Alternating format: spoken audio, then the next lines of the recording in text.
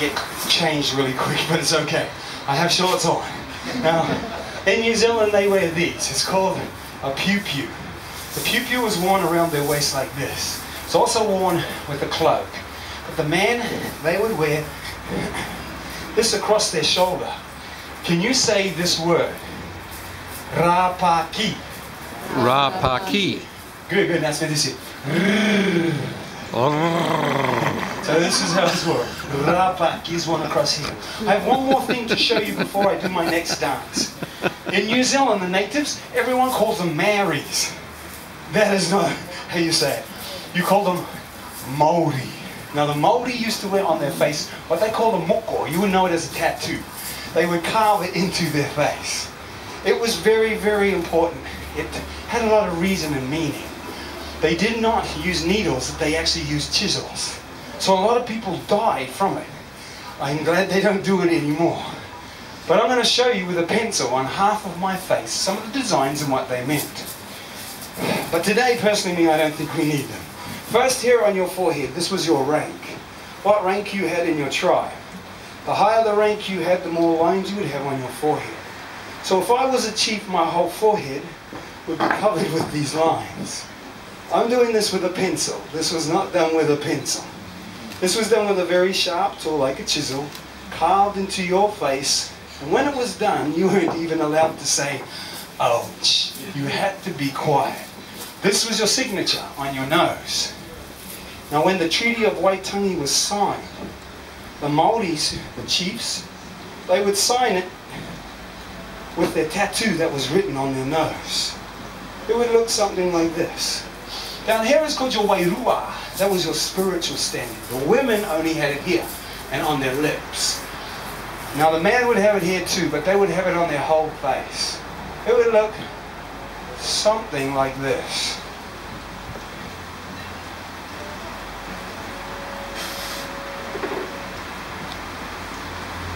And the last place I want to show you goes here.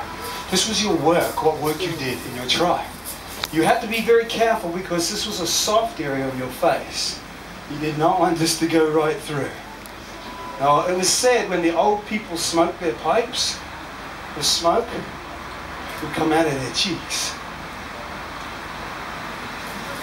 Okay, now I'm ready, but I want to show you a haka.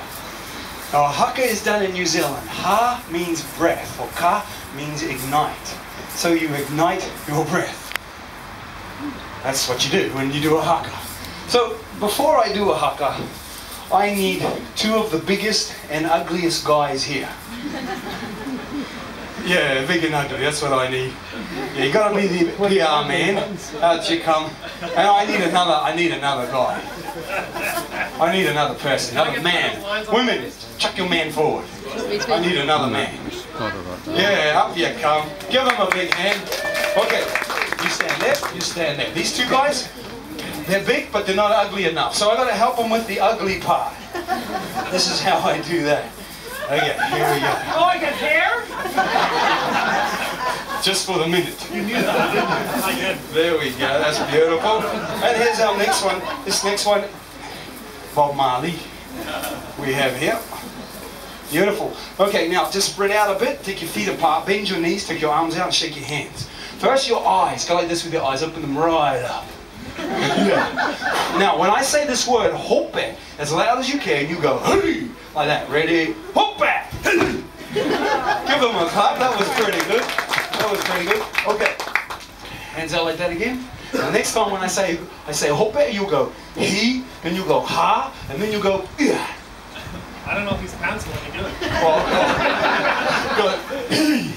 Okay. So it's he, ha, bah. Ready? Hope. He, ha, give them a big hand. Thank you, guys. It's done mostly to tell a story.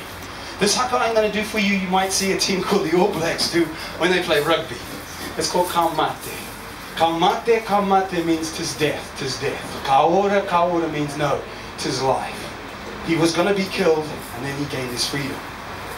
This is how it's done. Now because there's only me, I've recorded a few of my friends. They're in here. So I'm going to sound like a rugby team. Here we go. It goes like this. Mangakahia. Arapakia, pakia, wai takahia, kino neho. Tara kamate, kamate kaora. Ara kamate, kamate kaora. Ara tenete kanata, huru, huru na itiki mai koko fiti te. Ara upa, ara upa, ara upa neko pane fiti te. Thank you. The poi. It's spelled P-O-I. The man and the woman do the poi, but the man would do the poi to help with his skills of fighting with another weapon. This one here was one of the actions. It would strengthen the shoulders, the wrists, and help with coordination. Today in New Zealand, the men don't do the poi anymore. As usual, the women took over, and they are very good. But I watched my mum, and I learned from her.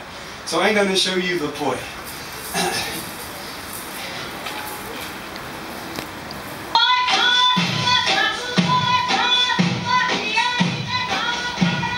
There's a basic sweep, goes like this.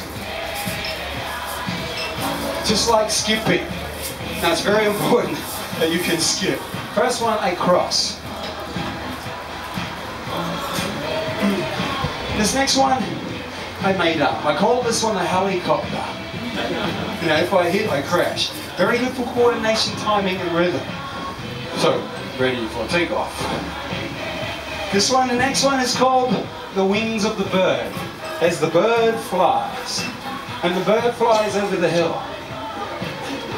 He flies a little bit faster. This next one is called thread the needle. Put a piece of cotton through.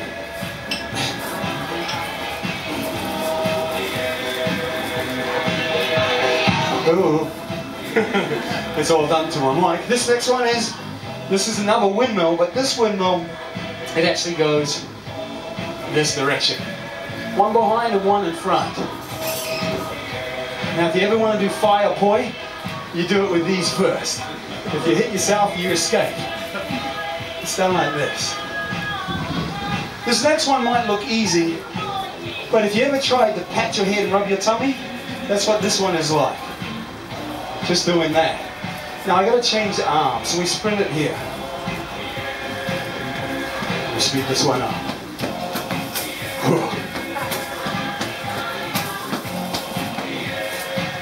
Then this next one we put them together. Yep.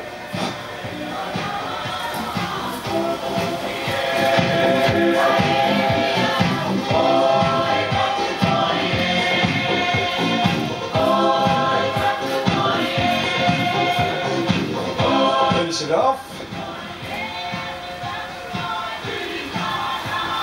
Tokarua tokararo taku poi. Hey. Thank you.